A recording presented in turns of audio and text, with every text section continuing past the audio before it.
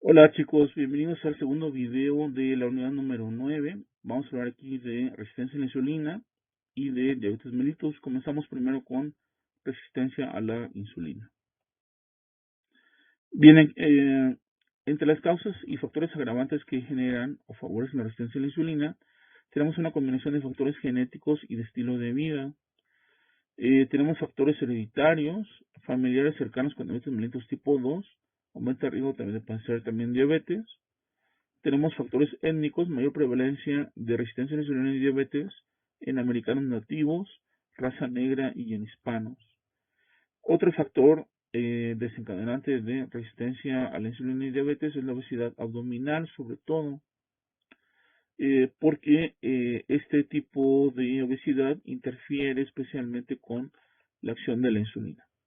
Tenemos también sedentarismo, una dieta hipercalórica, un estilo de vida estresante, que implica esto liberación de hormonas del estrés, como son catecolaminas y cortisol.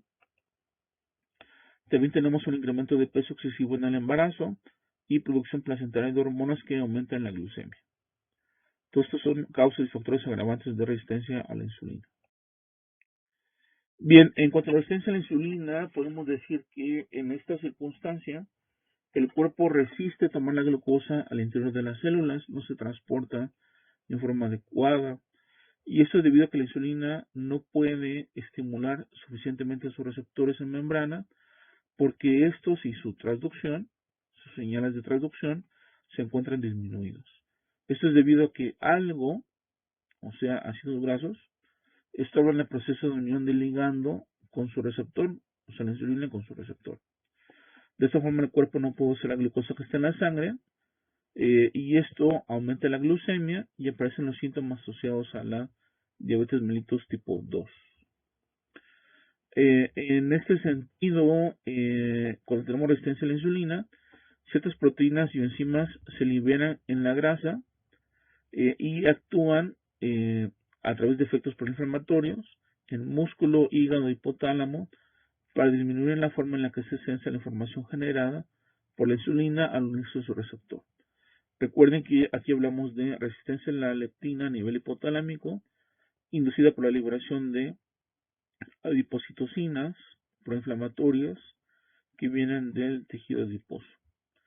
Y sucede que la grasa abdominal visceral en la obesidad, sobre todo central o la de tipo de manzana, que es la asociada más a los hombres, libera más ácidos grasos libres. Esos adipocitos viscerales abdominales son especialmente lipolíticos. Por varias razones tienen una mayor inervación simpática, por ejemplo, del sistema nervioso autónomo, producen más adipocitocinas, son más rebeldes comparados con los adipocitos subcutáneos.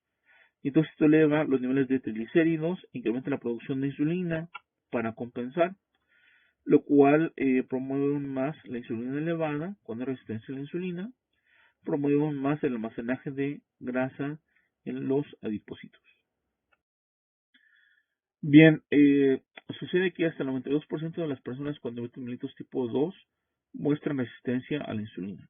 No es lo mismo, son conceptos distintos, pero por lo general se acepta que la resistencia a la insulina y entonces la disfunción de las células beta precede a la diabetes mellitus tipo 2 por hasta 12 años.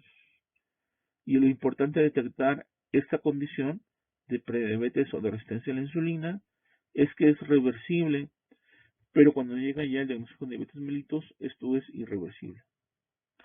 Entonces, la resistencia a la insulina se puede identificar por lo siguiente: presencia de hiperglucemia, dislipidemias con el siguiente perfil, triglicéridos y esos grasos libres elevados y HDL baja.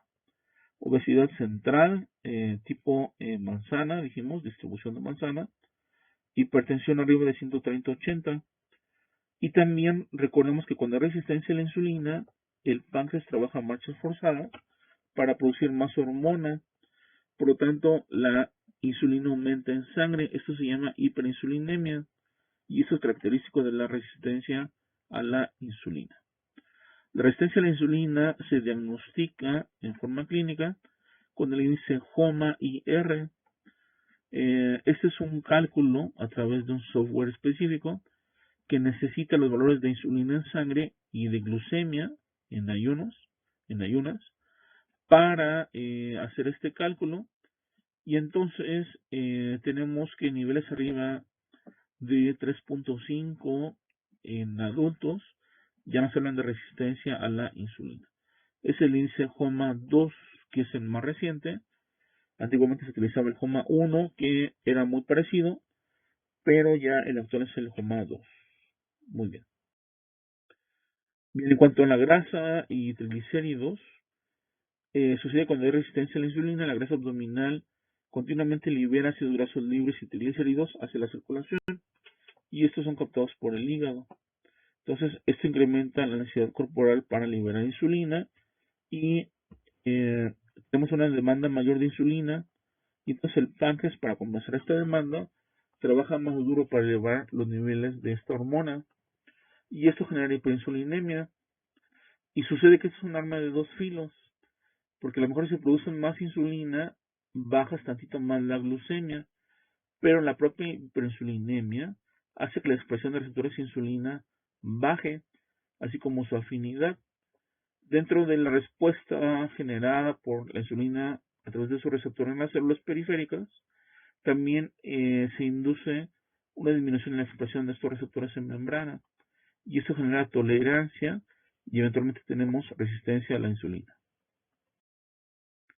Aquí vemos una imagen que muestra el proceso de generación y mantenimiento de resistencia a la insulina. Tenemos varios factores asociados. En el centro tenemos ya el cuadro de resistencia a la insulina y comenzamos con sobrealimentación, sedentarismo, lo cual induce obesidad troncal. Esta obesidad troncal, dijimos, favorece resistencia a la insulina. También se favorece aquí hiperglucemia. La hiperglucemia se genera porque la glucosa no entra a las células, entonces las células piensan que no hay glucosa en la sangre, a pesar de que afuera de la membrana esté muy elevada, pero como no puede entrar, esto se asocia con hambre y esto genera deseo de consumo de carbohidratos, los cuales nos llevan más a la sobrealimentación. Y entonces, a la resistencia a la insulina, tenemos producción excesiva de insulina por un número cada vez más reducido de células beta, y estas células beta eventualmente entran a estrés oxidativo por formación de especies reactivas de oxígeno, radicales libres, y esto eventualmente agota las células beta y llega al punto en el cual se destruyen y viene ya la diabetes mellitus tipo 2. ¿Quién es el culpable? Básicamente la grasa. Pero aquí es importante decir que no se trata de la grasa que consumimos en la dieta, porque los triglicéridos siempre están presentes en la circulación en niveles variables, y la hipertrigliceridemia no es tanto resultado de la dieta, o sea, del consumo excesivo de grasas en la dieta, sino que viene del consumo excesivo de carbohidratos y sobre todo de la existencia de grasa corporal o de adipocitos en exceso. Entonces, recuerden que el consumo excesivo de carbohidratos induce síntesis de ácidos grasos a nivel hepático, y estos ácidos grasos en el hígado se esterifican, ya lo dijimos, son triglicéridos endógenos y se exportan a la circulación en forma de VLDL. Aquí la grasa visceral, otra vez en exceso, es la responsable de estas manifestaciones asociadas a resistencia a la insulina. Esto se encuentra con una distribución de tipo manzana en la mitad del cuerpo y rodea a los intestinos. Esa, dijimos, es la más lipolítica y la que produce más adipocitocinas, comparada con los adipocitos subcutáneos. Bien, dejamos resistencia a la insulina, vamos a la sección de diabetes mellitus. La diabetes mellitus es un grupo de trastornos metabólicos caracterizados por hiperglucemia y es el producto de defectos en la secreción de insulina, de su acción o de ambas. Existen varios tipos resultados de interacción genética y factores ambientales. Me refiero a tipos de diabetes. Y los factores que contribuyen a la hiperglucemia pueden ser deficiencia en la producción de insulina, disminución de la utilización de glucosa o aumento en la producción de glucosa. La hiperglucemia crónica provoca daño a largo plazo, disfunción, insuficiencia de tejidos de distintos órganos, especialmente ojos, riñones, corazón, nervios periféricos y vasos sanguíneos. Aquí vemos una imagen que no se ve, pero que muestra la proporción de glucagón-insulina en el paciente diabético. Entonces, aquí en la imagen se muestra disminución de insulina respecto al glucagón. Esta proporción disminuida de insulina y aumento de glucagón genera estos efectos: degradación de proteínas en el músculo. Recuerden que el músculo piensa que no hay glucosa en el cuerpo, en la sangre, pero en realidad hay mucha, pero no entra a través de la membrana porque no hay GLUT4, porque no hay insulina haciendo su trabajo. Entonces, el músculo empieza a autoconsumirse y estos aminoácidos liberados se utilizan para gluconogénesis. También en el hígado aumenta la glucogenólisis y esto hace que el hígado produzca más glucosa y esto contribuye a la hiperglucemia. También al bajar la insulina baja la captación de glucosa por los tejidos periféricos y esto por supuesto genera hiperglucemia.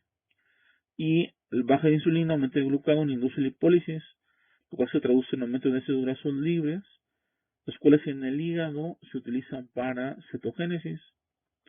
Y entonces, cuando hay producción elevada de cuerpos cetónicos, podemos crear un estado de cetocidosis, que es una complicación relativamente común de la diabetes mellitus. También el aumento de ácidos grasos libres genera dislipidemias asociadas a aumento de VLDLs, de kilomicrones y a hipertrigliceridemia.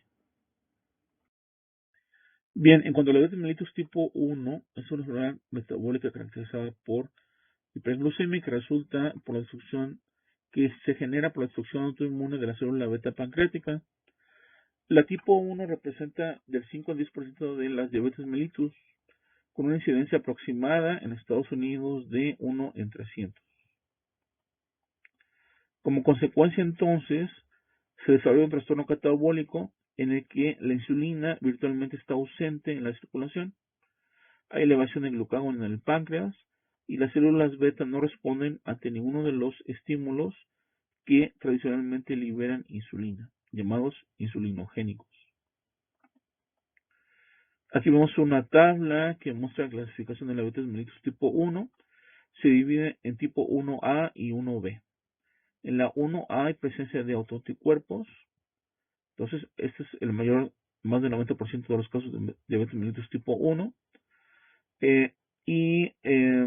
A nivel étnico, el 90% son blancos no hispanos, 50% raza negra y 50% latinoamericanos. Tenemos aquí ciertos componentes genéticos, ciertas variantes en las regiones de los genes del antígeno leucocitario humano o HLA y en genes aquí asociados a estos marcadores.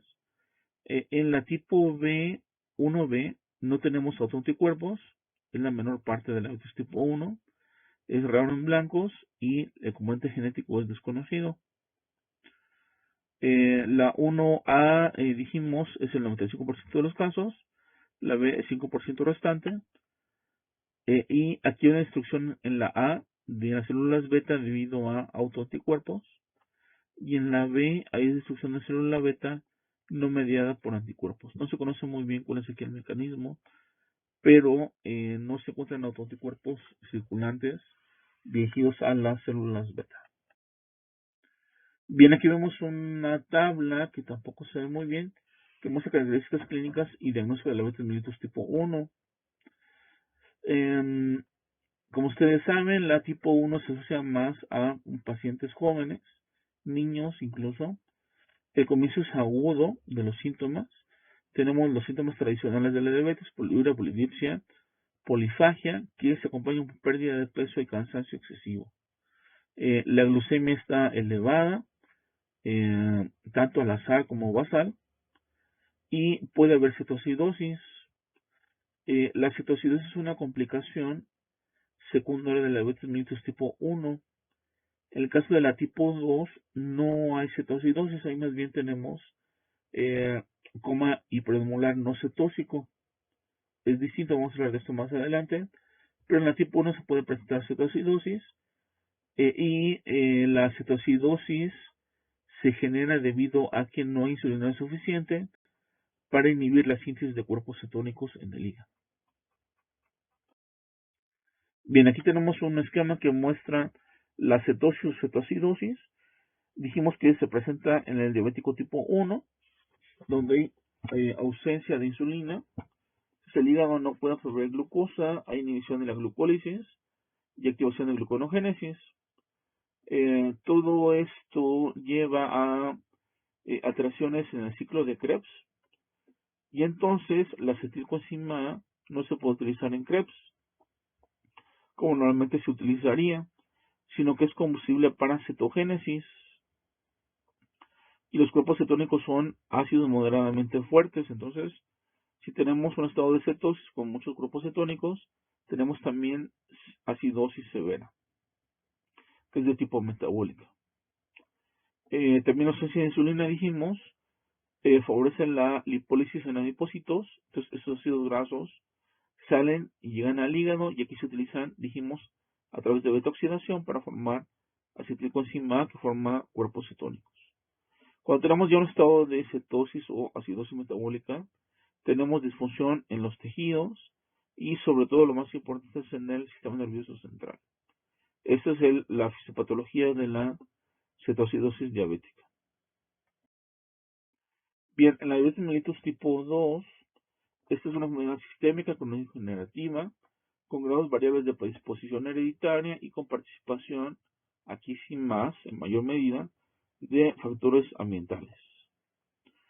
Es el tipo más predominante del 90-95% de los casos y abarca a los individuos que tienen resistencia a la insulina y con relativa insuficiencia de la misma, de la insulina. No tiene factores etiológicos específicos y hay varias causas atribuidas como responsables o coadyuvantes, como son obesidad, sedentarismo, historia familiar, riesgo también asociado con la edad aumentada y enfermedades como son hipertensión y dislipidemias. Bien, aquí tenemos otro concepto que es el de prediabetes. Este abarca a un grupo intermedio de personas, de pacientes, que presentan glucemia elevada, pero que no alcanzan a ser las requeridas para diagnosticar diabetes, pero aún así no son normales. Entonces, son ligeramente altos y se sabe que este grupo de individuos posee un riesgo elevado para desarrollar diabetes mellitus en el futuro. Cuestión de tiempo. Aquí vemos una tabla que muestra cuáles son los criterios para realizar pruebas de diabetes en adultos asintomáticos. Bueno, entonces, en cualquier persona adulto que tenga un IMC mayor a 25 kilogramos por metro cuadrado y factores de riesgo adicionales, se debe de medir glucemia en ayunas. Personas con inactividad física, parientes en primer grado con diabetes mellitus tipo 2, también es otro criterio para buscar diabetes, aunque estén asintomáticos, y razas de alto riesgo, por ejemplo, islas del Pacífico, latinos, negros, asiáticos, mujeres que han tenido hijos con un peso mayor a 4 kilos al nacimiento o ya con presencia de diabetes gestacional. Personas con hipertensión arterial, arriba de 140-90, o que ya están en tratamiento para la hipertensión. Personas con colesterol HDL bajo, abajo de 35 miligramos. Dijimos que para que sea protector debe ser arriba de 60. Y también con triglicéridos elevados, arriba de 250 miligramos. Mujeres con PCOS, que es el síndrome de ovario poliquístico, con valores de hemoglobina glicosilada arriba de 5.7%, o tolerancia a la glucosa, vamos a ver más adelante. Y otras condiciones clínicas asociadas, como son resistencia a la insulina, obesidad, acanthosis nigricans. Vamos a ver más adelante de la acanthosis nigricans, que es una manifestación en la cual hay una hiperpigmentación en la piel, en el cuello, en zonas expuestas al sol, en pacientes con resistencia a la insulina, y esto es favorecido por el exceso de insulina, o sea, por la hiperinsulinemia. También antecedentes de enfermedad cardiovascular son criterios para buscar diabetes en personas adultas asintomáticas. Bien, aquí tenemos otra tabla que muestra diagnóstico y tratamiento de la diabetes mellitus tipo 2. Tenemos principio insidioso, a diferencia de la tipo 1, cansancio, poliuria, sed, pérdida de peso. En estas condiciones la dieta es el único tratamiento necesario. Habitualmente son personas mayores que pueden ser obesos. Aquí tenemos ya hipoglucemiantes orales. Por ejemplo, las sulfonilureas que ya les mencionamos, la glibenclamida que induce aumento en la liberación de insulina por el páncreas. Y las biguanidas, como es el caso de la metformina. La metformina es un fármaco que hace muchas cosas, no sabe bien cómo las hace. Por ejemplo, baja la gluconogénesis hepática, baja la liberación de glucosa por el hígado y refuerza la acción de la insulina en tejidos periféricos. Hay que tener en mente que también pueden ser asintomáticos, sobre todo al principio, y que se pueden detectar por la hiperglucemia en exámenes de rutina. Cuando ya el control es malo o no responden bien a los fármacos, se debe iniciar terapia con insulina directamente inyectada a nuestros pacientes. Aquí tenemos una comparación entre el diabetes tipo 1 y tipo 2. La edad de comienzo de la 1 es joven, menor de 25 años o incluso en la infancia. La tipo 2 arriba de 35, aunque cada vez se reduce más esta edad. Factores autoinmunes en la 1, en la 2 no. Factores genéticos sí, sobre todo los genes de complejo mayor de histocompatibilidad o HLA en la 1. En la 2 también hay factores genéticos, pero esta es una enfermedad poligénica, una enfermedad compleja, no mendeliana, en donde interactúan tanto factores genéticos en múltiples genes como factores ambientales. Síntomas son similares: polidipsia, poliuria, polidipsia, polifagia, pérdida de peso. Y en la 2 también lo mismo, que suele ser más moderado estos síntomas, porque el inicio es más insidioso, más gradual, comparado con la 1.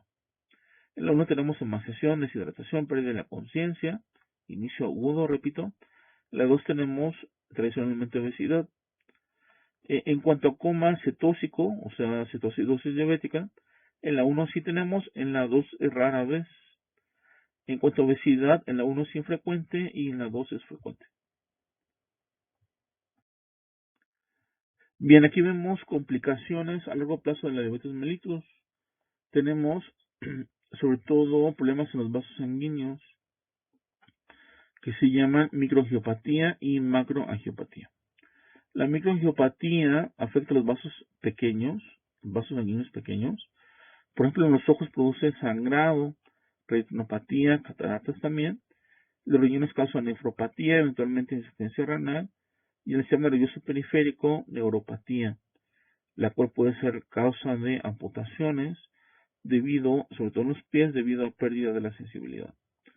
Y tradicionalmente aquí en la microangiopatía, el mecanismo es la vía de sorbitol, que es un polialcohol, un poliol. Entonces la glucosa se reduce y se convierte en sorbitol, que es un polialcohol, por esta enzima. Y sucede que el sorbitol tiene efecto osmótico, entonces empieza a jalar agua a estos tejidos, los vasos sanguíneos, los nervios periféricos, y eventualmente, como no se metaboliza y se acumula y ejerce efecto osmótico, las células se desmatizan y se dañan. También el exceso de glucosa hace que se le pegue a proteínas como la hemoglobina, y esto se llama glicación o glucación de proteínas. Y estas proteínas glicosiladas pueden también tener problemas para su función. Y en cuanto a la macroangiopatía, ya son complicaciones crónicas, afecta a grandes vasos, pero esto se relaciona más con enfermedad cardiovascular.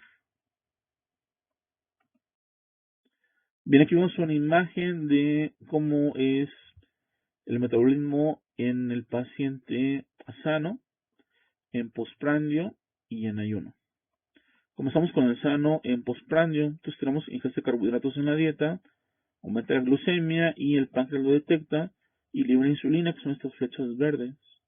En el hígado, la insulina induce síntesis de glucógeno, apaga la glucogénesis, también induce la hipogénesis de nuevo. lo cual se traduce en aumento de triglicéridos que se exportan del hígado en VLDLs. En el músculo, la insulina induce el transporte de glucosa por el GLUT4 y también glucogénesis. Y en adipocitos apaga la lipólisis, bajan ácidos grasos libres en plasma y induce almacenaje de triglicéridos. En el ayuno, la glucosa entonces se mantiene en valores bajos, pero necesarios para el cerebro. No hay liberación de insulina. En exceso siempre hay insulina en la sangre, solo que aquí no hay pico de insulina.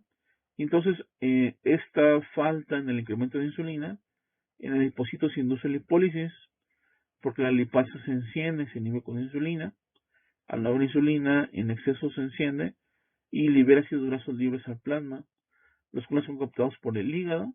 Entonces el hígado echa a andar glucogenólisis, gluconogénesis, y lipogénesis de nuevo disminuye, otra vez por la deficiencia o la disminución de insulina. Y en el músculo se captan más ácidos grasos libres como combustible en vez de glucosa, porque la glucemia se mantiene baja en el ayuno. En el paciente sano, vimos que pasa en el paciente diabético. Este es en el postprandio y este es en el ayuno. En el postprandio, en el diabético, tenemos ingesta de carbohidratos, aumenta la glucemia y la insulina ya no se libera como en paciente normal. Noten las flechas verdes como son más delgadas aquí que arriba. Y entonces esta insulina que se libera, ya sea porque es menos o porque se activa menos el receptor, no es capaz de prevenir la lipólisis. Entonces aumentan ácidos grasos libres en plasma. Esos grasos libres se van a hígado, dijimos, y se utilizan para formación de cuerpos cetónicos, baja la glucogénesis, se enciende la glucogenólisis por también la deficiencia de insulina, pero aumenta la lipogénesis de nuevo. Entonces hay dislipidemias asociadas a este escenario. Y en el músculo baja el transporte de glucosa por la baja expresión de GLUT4 y baja la síntesis de glucógeno a nivel muscular. Y de hecho, estos ácidos grasos libres se depositan tanto en músculo como en hígado. No se alcanzan a ver aquí las manchas amarillas en hígado y también aquí en músculo, puntitos amarillos. Esas manchas amarillas hacen referencia a depósito graso en estos tejidos, asociado a la dislipidemia inducida por la disminución en la insulina. Y en el diabético en ayuno, la glucemia sigue elevada. Otra vez no hay producción de insulina en el páncreas. Aumenta aún más la lipólisis, aumentan las ácidos grasos libres, se van a hígado y a músculo. Aquí están los puntitos amarillos. En hígado baja la síntesis de glucógeno, se enciende mucho más la gluconogénesis y se favorecen las lipidemias y depósitos grasos inducidos por la falta de insulina. Bien, aquí vemos una comparación de las complicaciones en la diabetes tipo 1 y tipo 2. Digamos que en la tipo 1 se genera o se observa, se puede presentar cetoacidosis diabética. Aquí la glucemia característicamente es por abajo de 600 miligramos por decilitro. Hay presencia elevada de cuerpos cetónicos, esa es la causa de hecho.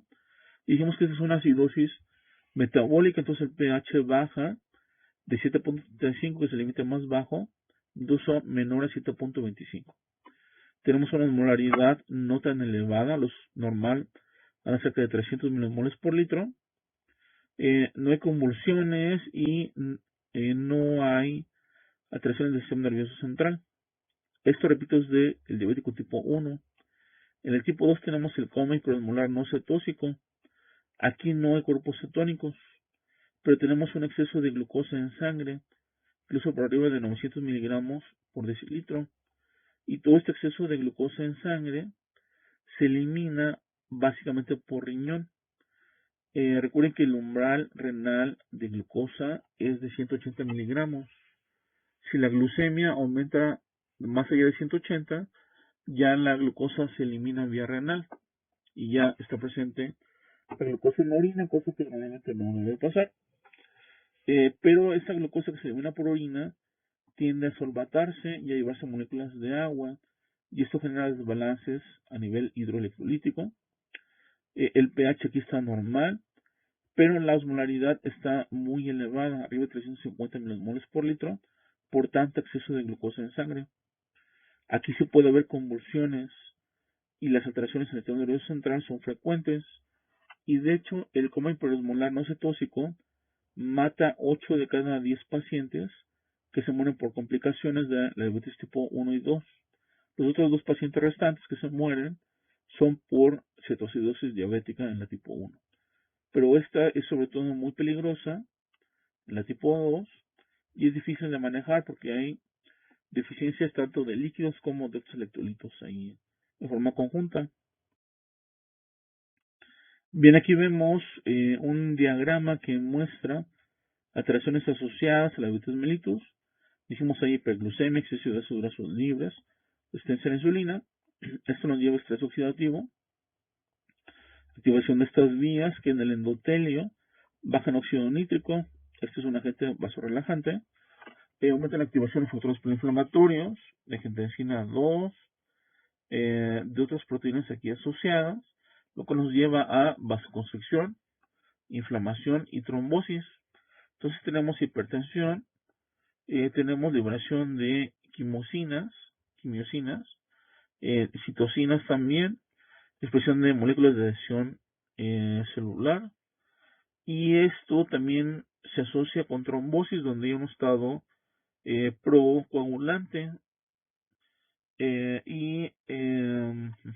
tenemos problemas a nivel de formación de trombos y todo esto nos lleva a la presencia de heterogénesis que ya vimos también asociada a obesidad en la unidad pasada. Bien, estos son criterios para diagnosticar diabetes mellitus. Como ustedes saben, se determina a través de medición de la glucemia y esta medición de la glucemia puede ser casual, o sea, en cualquier hora del día o en ayunas. Cuando es en ayunas definido como un ayuno de al menos de 8 horas y está arriba de 126 miligramos por decilitro, la glucemia, ya se considera diabético. Si está entre 110 y 126, sería un estado de prediabetes. Y tenemos también en la curva de tolerancia oral a la glucosa, valores arriba de 200 miligramos por decilitro después de 2 horas. Estos son criterios diagnósticos ya para diabetes mellitus. Y si tenemos en una muestra casual de glucosa, en cualquier momento del día, arriba de 200 miligramos por decilitro, ya tenemos diagnóstico de diabetes mellitus. Recuerden que casual se define como en cualquier hora del día, sin importar hace cuánto se consumió el alimento. Si está arriba de 200, aunque sea en la postprandia, ya es diabetes mellitus, o en ayuno arriba de 126 miligramos. Aquí tenemos una imagen de la curva de tolerancia oral a la glucosa. Cuando una persona ingiere 1 gramo de glucosa por kilogramo de peso en ayunas, la glucemia se eleva de 90 miligramos a 120 y 140 miligramos y luego regresa a valores normales en unas 2 horas. Esto pasa en el paciente sano. Entonces, en un inicio en ayunas se mide la glucemia, se le da una carga de glucosa, gramo por kilo de peso, y se mide cada media hora la glucemia por unas 2 o 3 horas. Y esta es la curva normal. Dijimos que a las 2 horas regresa a niveles basales cercanos a 90 miligramos. Pero en el paciente diabético, desde un inicio, ya arrancamos alto. Arrancamos en 140 miligramos alrededor de esta cifra.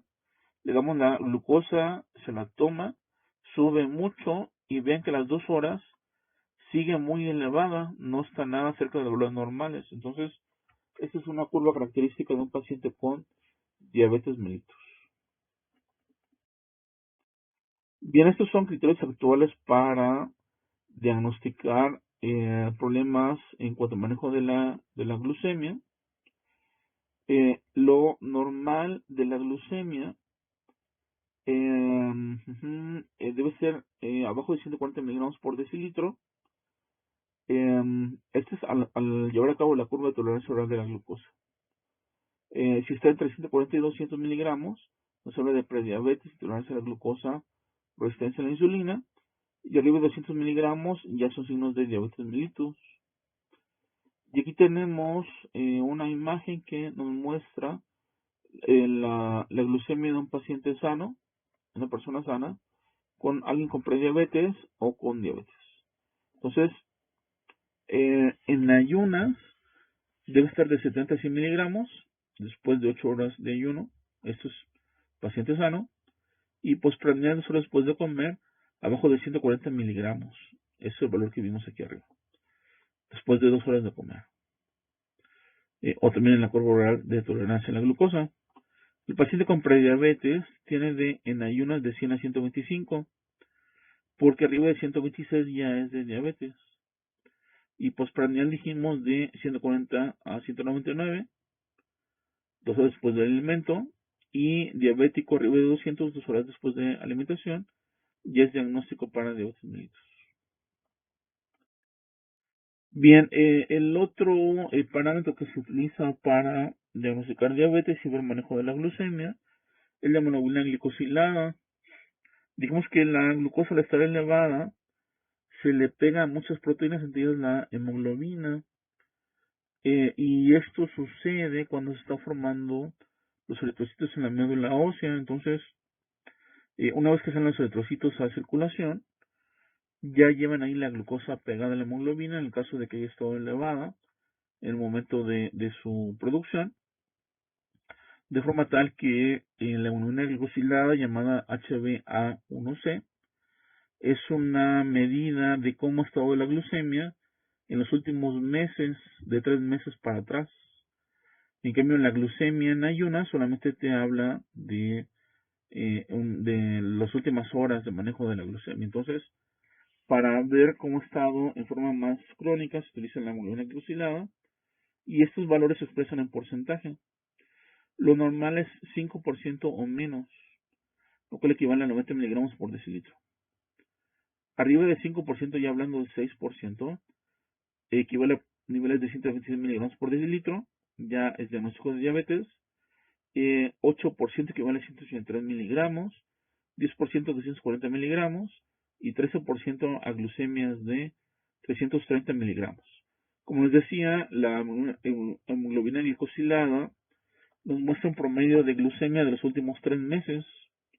Lo normal abajo de 5.7, de 5.7 a 6.4 prediabetes y arriba de 6.5 diabetes mellitus, ya es diagnóstico.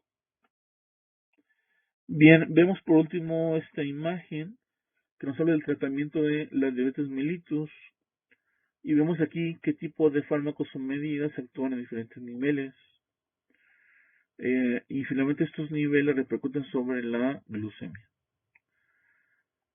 Tenemos, por ejemplo, tratamientos que inhiben a las alfa-glucosidasas a nivel intestinal.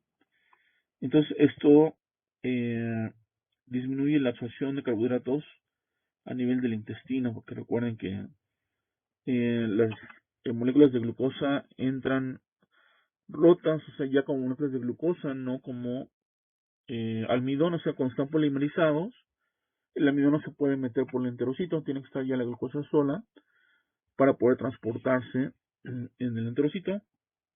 Entonces hay inhibidores de estas enzimas. También tenemos tratamientos que afectan directamente la secreción de insulina. Dijimos, aquí está la glibenclamida, sulfonilureas y secretagos de insulina. Entonces esto aumenta la producción de insulina. Y tenemos ya manejo farmacológico a nivel de resistencia a la insulina, como son las tiazolidinedionas, que incrementan la captación de glucosa en los tejidos periféricos y también tienen efectos a nivel de lipólisis, la disminuyen en el tejido graso. Y las biguanidas, como es la metformina, dijimos es la principal, que baja la liberación de glucosa por el hígado y ayuda a ser más sensible a la insulina, a los tejidos periféricos. Entonces, mediante este mecanismo baja la resistencia a la insulina y baja la glucemia. Los fármacos principales utilizados, aparte de medidas como ejercicio y dieta, son la glibenclamida en etapas iniciales y la metformina, también son de los dos más utilizados. Y ya en etapas tardías, cuando estos fármacos no ejercen mucho efecto, ya se considera la administración de insulina. Muy bien, chicos, pues damos por terminado este segundo video. Y el siguiente video es el último y trata acerca del síndrome metabólico. Muchas gracias por su atención.